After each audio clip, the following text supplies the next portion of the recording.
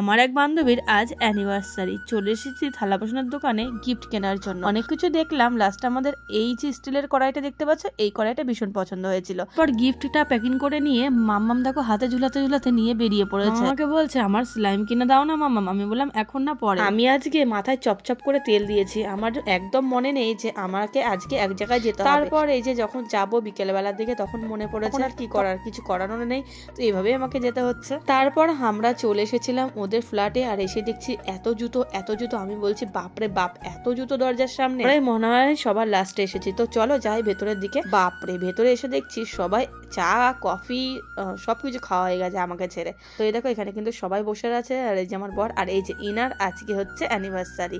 তারপরে যে আমাদের সুন্দরী মিতালি, উনি কফি খাচ্ছেন। এই যে সবাই বসে বসে আড্ডা দিচ্ছে আমাকে ছাড়া, এই যে সঙ্গীতা। তো এসে যখন একসাথে দেখা হয় আমাদের কিন্তু ভীষণই ভালো লাগে আর ভীষণ হইচই হয়। আমাকে সবাই বলছে তোমাকে আজকে কেমন কেমন লাগছে, তো আমি বলছি মাথায় তেল দিয়েছি তার জন্য। তারপর এই যে আমাকে খেতে দিল সিঙ্গারা, সবার কিন্তু খাওয়া হয়ে গেছে, এখন আমি একাই খাবো। তারপরে সঙ্গে একটু চাটনি দিচ্ছে, তারপরে এই যে কেক কাটা হবে এখন। তারপরে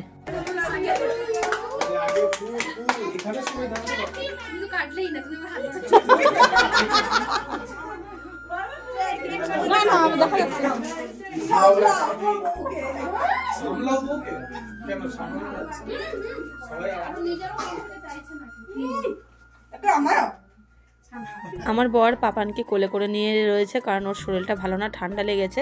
তারপর কিন্তু আমরা খেতে বসে পড়েছিলাম। নান আর চিকেন করেছিল, আর এখানে ফ্রাইড রাইস ছিল। মামাম চিকেন আর ফ্রাইড রাইস দিয়ে খেলো, আর এখানে দেখো সবাই কিন্তু আমরা একসাথে বসেছি। তারপর এখানে কিন্তু গিফট খোলার পাড়া, এখন আমরা গিফট দেখে তারপরেই যাব। সবাই মিলে এখন গোল হয়ে বসে পড়েছি গিফট দেখার জন্য। তো সমস্ত প্যাক কিন্তু মামামি খুলছিল, আর এই গণেশ ঠাকুরটা দিয়েছিল আমার যা। তারপরে এক এক করে কিন্তু আমাদের এখানে ভীষণ পরিমাণে একটা আড্ডা চলছিল, আর এখানে পাপান দেখো গণেশ ঠাকুরটা নিয়ে ঠাকুরের আসনে বসিয়ে দিয়ে নমস্কার করে নিল। আর মাম্মাম কাউকে গিফট খুলতে দিচ্ছে না, সব গিফট বলছে আমি নিজেই খুলবো। তো দেখো দুই ভাই বোনে কারাকারি বাড়ি দিয়েছে।